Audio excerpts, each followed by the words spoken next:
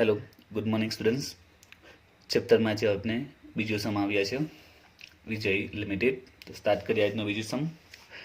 વિજય લિમિટેડનું 1/3/2020ના રોજનું પાકું સરળ નીચે મુજબ આપેલું છે. પાકા સરળમાં જોઈએ તો આપણે ઇક્વિટી શેર દરેક ₹10નો એક એવા પૂરેપૂરા ભરપાઈ 8 લાખ છે. તો સૌથી પહેલાં ઇક્વિટી શેર કેટલા છે એ જોઈ લેવાના છે. દરેક ₹10નો છે એવા કેટલા છે? 8 લાખ છે. એટલે કેટલા શેર હશે? 8 લાખ ભાગ્યા 10 કરીએ એટલે કે 80,000 શેર થશે, કારણ કે આપણે શેરની સંખ્યાની જરૂર પડશે. ઓકે, તો પહેલાં આપણે બતાવી દઈએ કે 8 લાખ શેર મૂડી છે, દરેક ₹10ની છે, એટલે કેટલા શેર થશે? 80,000 શેર. પ્રેફરન્સ મૂડી છે 2 લાખ, અનામત આપી છે, ડિબેન્ચર્સ છે, લેન્ડરો અને દેવી ઊંડી છે. મિલકતોમાં જોઈએ તો કઈ કઈ મિલકતો છે? તો જમીન મકાન છે, મશીનરી છે, રોકાણો આપેલા છે, સ્ટોક છે, દેવાદારો અને રોકડ છે. ઓકે, તો આટલી મિલકતો આપી છે. અને હવાલા આપણે જોઈએ કયા કયા હવાલા આપ્યા છે તે. 50% કરવેરા પછીનો છેલ્લા 3 વર્ષનો કંપનીનો સરેરાશ નફો 1.54 છે. તો અંડરલાઈન કરજો ખાસ, શું આપેલું છે? 50% કરવેરા પછીનો છેલ્લા 3 વર્ષનો સરેરાશ નફો આપેલો છે. એટલે સરેરાશ નફો જ છે, છેલ્લા 3 વર્ષનો નફો નથી, પણ છેલ્લા 3 વર્ષનો કેવો છે? સરેરાશ એવરેજ નફો આપેલો છે અને 50% કરવેરા પછીનો છે. પાઘડીની કિંમત આપી છે. જમીન મકાનની વર્તમાન કિંમત ચોપડા કિંમતથી 10% વધુ, દેવાદાર પર 5% ગાલખર અનામત. આ પ્રકારના ધંધામાં રોકાયેલી મૂડી પર અપેક્ષિત વળતરનો દર 10%. રોકાણોમાં 40% રોકાણો બિનધંધાકીય છે અને બાકીના ધંધાકીય છે. 40% રોકાણો બિનધંધાકીય છે અને બાકીના ધંધાકીય છે. ધંધાકીય રોકાણોની બજાર કિંમત ચોપડી કિંમતથી 20% વધુ છે. રોકાણો પર ડિવિડન્ડનો દર 10% છે, જે કરપાત્ર છે.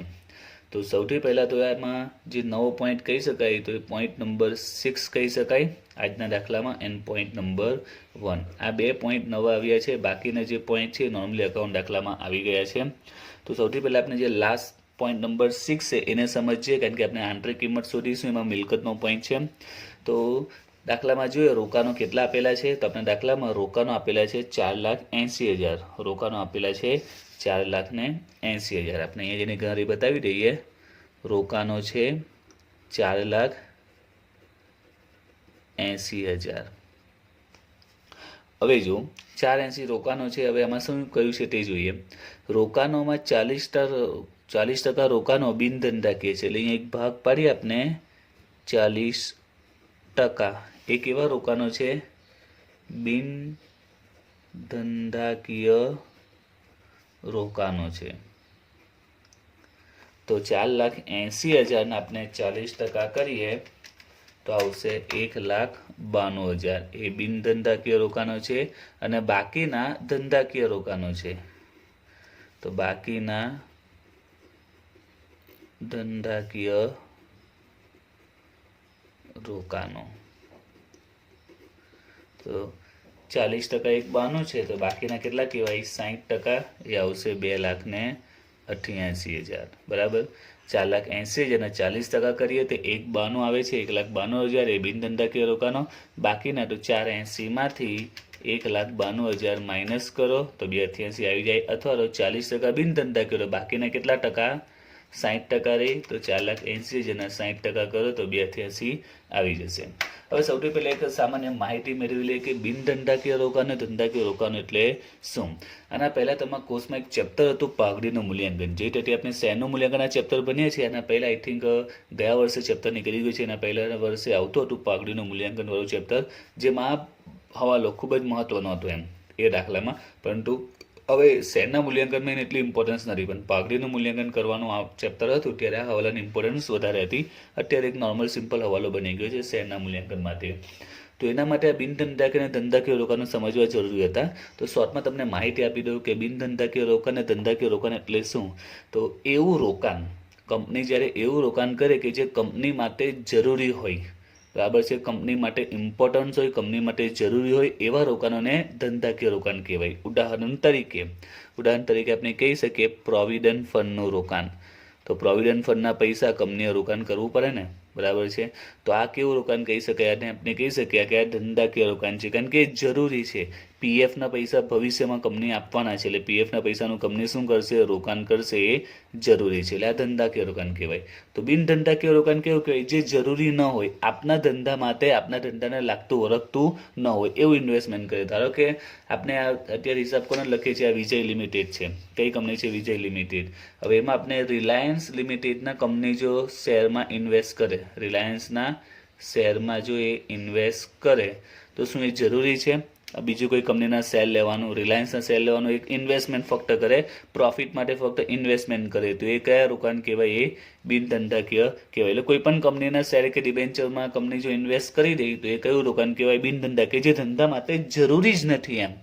જેમ કે પીએફનું રોકાણ તો કંપની કરવું જરૂરી છે, ભવિષ્યમાં પીએફના પૈસા આપવાના છે, તો આ ધંધાકીય રોકાણ કહેવાય. જ્યારે એ સિવાય બહાર રોકાણ કરેલા હોય એ બધા કેવા કહેવાય, બિન ધંધાકીય. એટલે કોઈ પણ કંપનીમાં લાગે કે આ કંપનીમાં નફો વધારે, મતલબ સામાન્ય વ્યક્તિની જેમ, સામાન્ય વ્યક્તિ પોતાનો ધંધો કરતો હોય, પોતાની નોકરી કરતો હોય અને સાથે સાથે શેર બજારમાં ઇન્વેસ્ટ કરતો હોય, તો એ કેવું ધંધાકીય એનું રોકાણ કહેવાય, બિન ધંધાકીય. કારણ કે એને ફક્ત પ્રોફિટ માટે બિઝનેસ કરે છે, પ્રોફિટ માટે ઇન્વેસ્ટમેન્ટ કરે છે, તો એ બિન ધંધાકીય રોકાણ. જ્યારે એના કંપની માટે જરૂરી છે, પીએફમાં ઇન્વેસ્ટ કરવું જરૂરી છે, કંપની માટે સારું છે, કંપની માટે કમ્પલસરી પણ આપણે કહી શકીએ, તો એ ધંધાકીય રોકાણ કહેવાય.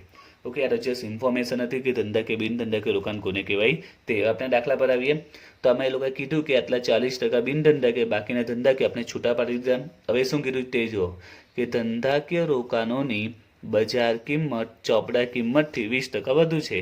કોની વાત કરે છે, જે ધંધાકીય છે તે ધંધાકીય છે, આ 2,88,000, એની શું છે, ચોપડા કિંમત 20% વધુ છે. એટલે આમાં 20% આપણે ઉમેરી દઈશું. 2,88,000 છે, એમાં 20% એડ કરીએ, એના 20% કરીએ તો એ કેટલા આવે, 57,600. એટલા રૂપિયા વધુ છે, એટલે આપણે એને પ્લસ કરીશું.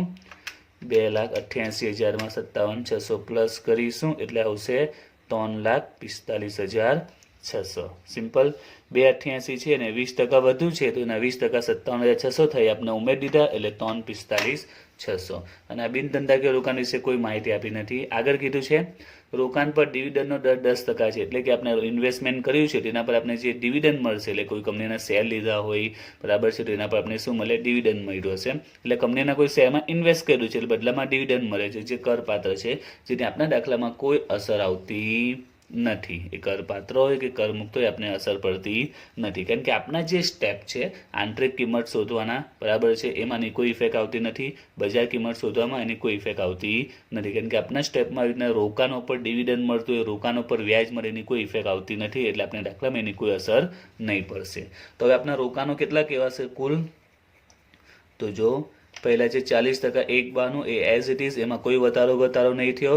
પણ જ્યારે 2,88 તો એની વેલ્યુ કેટલી થઈ ગઈ છે, 3,45,600 એની વેલ્યુ છે.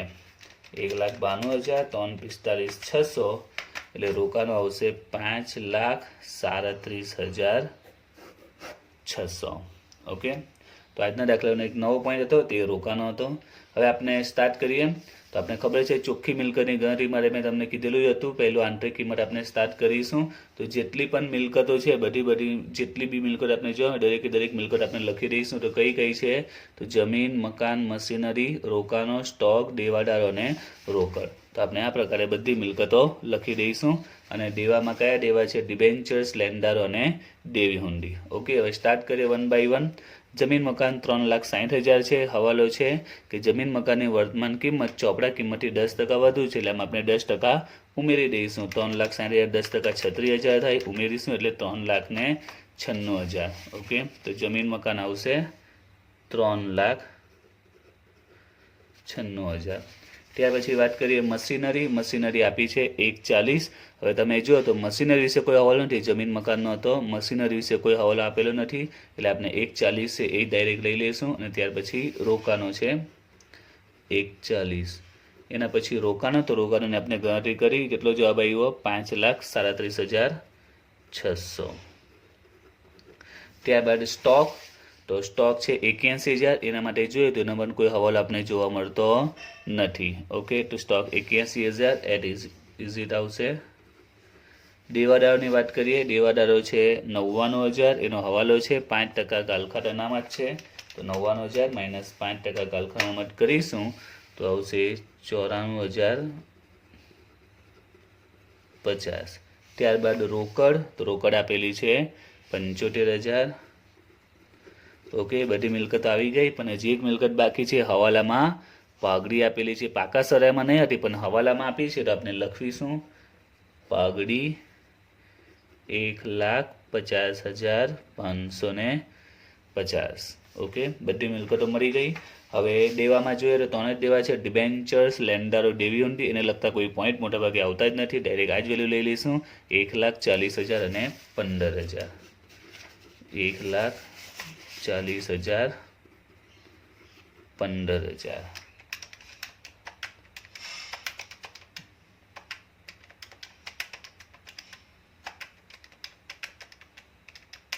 ટોટલ આવે છે 14,74,200. એમાંથી માઇનસ કરીશું તો એ 13,19,200. આ શું મળી આપણે? 13,19,200 એ આપણે મળી ગઈ ચોખ્ખી મિલકત. હવે એમાંથી આગળ શું કરીશું? આપણે ચોખ્ખી મિલકત મળી જાય તેમાંથી બાદ કરીશું પ્રેફરન્સ મૂડી અને એનું કોઈક ડિવિડન્ડ બાકી હોય તે પર. આખી રકમ આપણે જોઈ, ડિવિડન્ડનો કોઈ પોઈન્ટ નથી, તો ફક્ત જે પ્રેફરન્સ મૂડી છે 2 લાખ, આપણે 2 લાખ પ્રેફરન્સ મૂડી માઇનસ કરીશું તો આવશે 11,19,200. તો ચોખ્ખી મિલકત આવી ગઈ. હવે આંતરિક કિંમતનું સૂત્ર મૂકી દઈએ તો ચોખ્ખી મિલકત 11,19,200 છેદમાં ઇક્વિટી શેરની સંખ્યા, તે આપણે શરૂઆતમાં જોઈ, એ કેટલી છે? 80,000. તો 11,19,200 ભાગ્યા 80,000, તો જવાબ આવે છે 13.99. ઓકે, તો આપણે ચોખ્ખી મિલકત મળી ગઈ. ચોખ્ખી મિલકત આંતરિક કિંમત મળી ગઈ. હવે આગળનું સ્ટેપ આપનું કયું આવશે? એ છે બજાર કિંમત. તો બજાર કિંમતના આપણા સ્ટેપ શું છે? તો સૌથી પહેલાં એમાં આપણે શું શોધીશું? નફો શોધીશું. સૌથી પહેલું સ્ટેપ શું છે આપણે? એમાં આપણે નફો શોધીશું. બરાબર, સૌથી પહેલું સ્ટેપ આપણે નફો શોધીશું. હવે નફા માટે ખાસ યાદ રાખવાનું છે નફાના સ્ટેપ શું છે તે. તો સૌથી પહેલાં આપણે સરેરાશ નફો કરવેરા પહેલાંનો હશે, એમાંથી શું કરીશું? કરવેરા બાદ કરીશું. જે આવશે તે કરવેરા બાદનો નફો કહેવાશે. ત્યાર પછી ડિવિડન્ડ માઇનસ કરીશું, એટલે ઇક્વિટી શેર હોલ્ડરના ભાગનો ચોખ્ખો નફો મળી જાય. હવે જે આપણે પહેલો દાખલો જોયો હતો ચેપ્ટરનો, જે ફર્સ્ટ સમ જોયો હતો, એમાં શું આપેલું હતું? સરેરાશ નફો આપેલો, પણ કયો આપેલો હતો? કરવેરા પહેલાંનો આપેલો હતો. પહેલો દાખલો તમે જોજો તો એમાં શું આપેલું હતું કે નફો હતો એ કયો હતો? કરવેરા પહેલાંનો હતો. આજના દાખલામાં નફો કયો આપેલો તે જો 50% કરવેરા પછીનો સરેરાશ નફો આપ્યો છે. એટલે કે આ જે 1,54,000 નફો છે એ કયો છે? કરવેરા પછીનો છે. કયો છે? કરવેરા પછીનો. એટલે કે આ નફો ડાયરેક્ટ ઇનશોર્ટ આપી દીધેલો છે. બરાબર છે? કરવેરા બાદ થઈ ગયા છે. કરવેરા બાદ થઈ ગયા છે. એટલે હવે તમારે શું માઇનસ કરવાનું? ફક્ત ડિવિડન્ડ જ માઇનસ કરવાનો. એટલે આ પોઈન્ટ ધ્યાનમાં રાખવાનું છે. અગાઉ જે પહેલો દાખલો જોયો હતો એમાં નફો કયો હતો? કરવેરા પહેલાંનો હતો, ટેક્સ પહેલાંનો હતો. રકમ જોજો લાસ્ટ વિડીયોની, તો એમાં સમજાવ્યું છે જે દાખલો હતો એ કયો હતો? કરવેરા પહેલાંનો હતો. એટલે એમાંથી આપણે કરવેરા પણ બાદ કર્યા, ડિવિડન્ડ પણ બાદ કર્યું. કરવેરા પણ બાદ કર્યા, ડિવિડન્ડ પણ બાદ કર્યું, કારણ કે નફો કયો હતો? કરવેરા પહેલાંનો નફો હતો. પરંતુ આજના દાખલામાં જે નફો આપેલો છે એ કયો છે? કરવેરા પછીનો. એટલે કોમન છે, કરવેરા બાદ થઈ ગયા છે. કરવેરા પછીનો એટલે કરવેરા બાદ થઈ ગયા છે. એટલે તમારે ફક્ત શું માઇનસ કરવાનું? ડિવિડન્ડ જ માઇનસ કરવાનું. ખ્યાલ આવ્યો? એટલે રકમમાં ધ્યાનથી વાંચવાનું કે નફો કયો છે. બરાબર છે? જો કરવેરા પહેલાંનો હોય એટલે કે ટેક્સ પહેલાંનો છે તો કરવેરા પણ બાદ કરવાના, ડિવિડન્ડ પણ બાદ કરવાના. પરંતુ જો કરવેરા પછીનો હોય એટલે કે કરવેરા બાદ થઈ ગયા છે એટલે કરવેરા બાદનો નફો દાખલામાં આપેલા 1,54 કઈ રકમ છે? અહીંયાની રકમ આપી છે 1,54. આ રકમ આપી છે ડાયરેક્ટ કરવેરા બાદની રકમ આપી છે. એટલે તમારે ફક્ત શું માઇનસ કરવાનું આવશે? ડિવિડન્ડ માઇનસ કરવાનો આવશે. ખ્યાલ આવ્યો? તો રકમમાં ધ્યાનથી વાંચવાનો નફો કયો આપેલો છે તે. તો આપણે સ્ટાર્ટ કરીએ ગણતરી. આપની બજાર કિંમતની ગણતરી જોઈએ. તો બજાર કિંમત માટે સૌથી પહેલાં શોધીશું સરેરાશ ચોખ્ખો નફો, જે દાખલામાં કયો આપેલો છે? કરવેરા બાદનો છે. એટલે કે ટેક્સ માઇનસ થઈ ગયો એટલે આપણે ફક્ત શું માઇનસ કરીશું? પ્રેફરન્સ ડિવિડન્ડ માઇનસ કરીશું. પ્રેફરન્સ ડિવિડન્ડ કેટલું છે? તો એના માટે પ્રેફરન્સ મૂડી જો 12%ની પ્રેફરન્સ મૂડી 2 લાખ, 2 લાખના 12% 24,000. ઓકે, તો સરેરાશ ચોખ્ખો નફો કેટલો આવશે? બાદ કરીશું 1.54 માંથી 24, 1,30,000. બસ હવે તમને સ્ટેપ યાદ હોવા જોઈએ એટલે દાખલો એકદમ સિમ્પલ છે. સેકન્ડ સ્ટેપ કયું છે? આપણે ડિવિડન્ડનો દર શોધીશું. ડિવિડન્ડના દરનું સૂત્ર શું છે? તો જે આ સરેરાશ ચોખ્ખો નફો મળ્યો છેદમાં ભરપાઈ ઇક્વિટી શેર મૂડી ગુણ્યા 100. તો આપણે સરેરાશ ચોખ્ખો નફો કેટલો મળ્યો? 1,30,000. સરેરાશ ચોખ્ખો નફો 1,30,000 છેદમાં ભરપાઈ ઇક્વિટી શેર મૂડી. તો ભરપાઈ ઇક્વિટી શેર કેટલા છે? 8 લાખ. દરેક રૂપિયા 10 નો છે એટલે પૂરેપૂરા ભરપાઈ છે 8 લાખ. ભાગાકાર કરીશું તો કેટલા આવશે? 16.25%. ડિવિડન્ડનો દર છે કેમાં રજૂઆત કરીશું? ટકામાં. ઓકે, એના પછીનો લાસ્ટ સ્ટેપ એ આપણે કયું આવશે? બજાર કિંમત શોધીશું. બજાર કિંમતનું સૂત્ર શું છે? તો બજાર કિંમતનું સૂત્ર છે આ જે ડિવિડન્ડનો દર મળ્યો આપણે 16.25 ભાગ્યા અપેક્ષિત વળતરનો દર. ડિવિડન્ડનો દર છેદમાં અપેક્ષિત વળતરનો દર ગુણ્યા શેર દીઠ ભરપાઈ રકમ. કયા શેરની લેવાની? હંમેશા ઇક્વિટી શેરની, કારણ કે આપણે ઇક્વિટી શેરની વ્યાજબી કિંમત શોધવાની છે. હવે ડિવિડન્ડનો દર છે 16.25. અપેક્ષિત વળતરનો દર દાખલામાં આપેલો છે 10%. અપેક્ષિત વળતરનો દર આપેલો છે 10% ગુણ્યા શેર દીઠ ભરપાઈ રકમની વાત કરીએ તો ઇક્વિટી શેર દીઠ ભરપાઈ 10 નો છે ને પૂરેપૂરા ભરપાઈ છે એટલે 10 રૂપિયા ભરપાઈ છે એટલે 16.25 ગુણ્યા 10 ભાગ્યા 10 એટલે જવાબ આવશે 16.25. ઓકે, તો આપણે આંતરિક કિંમત મળી ગઈ 13.99. બજાર કિંમત મળી ગઈ 16.25. હવે આપણે વ્યાજબી કિંમત શોધીએ. હવે શેરની વ્યાજબી કિંમત શોધીશું. તેનું સિમ્પલ સૂત્ર છે આંતરિક કિંમત પ્લસ બજાર કિંમત ભાગ્યા 2. આંતરિક કિંમત આપણે મળી 13.99 આપણે મળી. આંતરિક કિંમત મળી 13.99 અને બજાર કિંમત 16.25. તો 13.99 પ્લસ 16.25 ભાગ્યા 2 કરીશું તો બજાર કિંમત આવશે 15.12. ઓકે, તો અહીંયા આપણો દાખલો આજનો પૂરો થાય છે. હવે દાખલો આજનો કમ્પ્લીટ થઈ ગયો છે. હવે બીજા 1-2 પોઈન્ટ સમજાવવાના છે જે આજના દાખલા નથી, પરંતુ આજે જે તમને દાખલા મળશે પ્રેક્ટિસ માટે તેમાં પોઈન્ટ આવવાના છે. એના આપણે આજે દાખલો સમજવાનો છે. તો એ છે નફાને લગતા આપણે 2 પોઈન્ટ આજે સમજીશું.